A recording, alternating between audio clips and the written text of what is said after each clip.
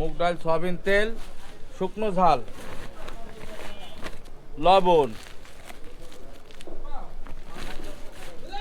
তেজপাতা, জয়ফল, গরম মশলা, জিরা, হলুদ।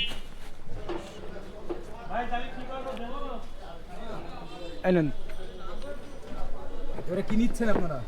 এখন নিচ্ছি শশা। শশা কি সালাদ হবে? শশা এটা হচ্ছে সালাদের জন্য।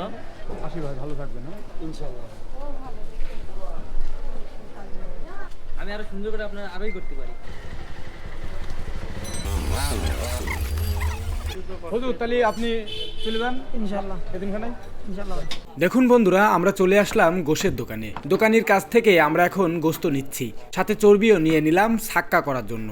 এখন গোস্ত ও চর্বি নিয়ে আমরা রওনা করেছি সেই এতিমখানার দিকে।